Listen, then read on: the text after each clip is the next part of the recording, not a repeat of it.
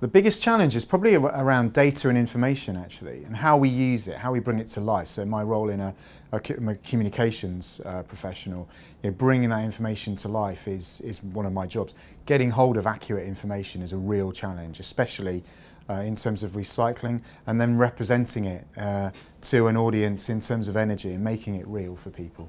So in terms of the plants themselves, the facilities that have been built, it's the level of sophistication that's involved in a modern energy recovery facility. And that's everything from the support, the way the plant is run, the way the material is delivered into the plant, as well as the kit that's used and the sophisticated equipment that's used in the in the pollution abatement at the end of it. So the levels of engineering that are involved in a modern plant, not only churning out electricity but looking to utilise the heat and everything else, often surprises people when they visit.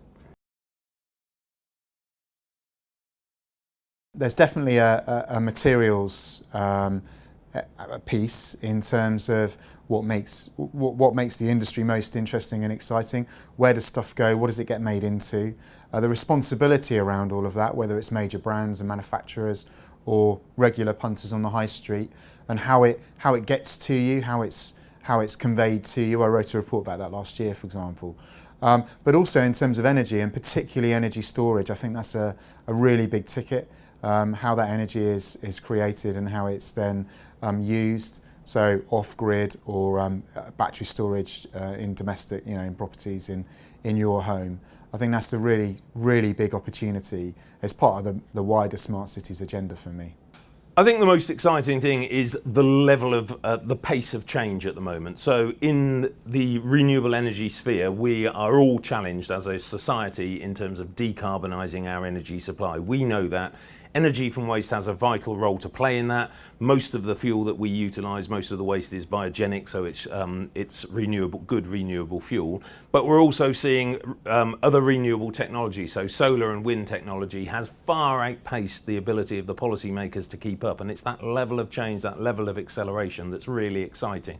So things like the next big step has to be about energy storage. How can we as a sector utilise storage technology, apply it commercially, and plug it into the plants that are now up and running and being delivered across the UK?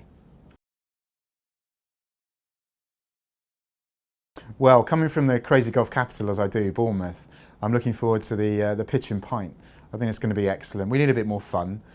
We take ourselves far too seriously sometimes, and having a bit of a laugh at these events for me, is really important. It's part of work-life balance. A lot of us are friends, friends first in some cases. But you do need that light-hearted element, so I'm really looking forward to that, and thanks for putting it on. There's some really good content.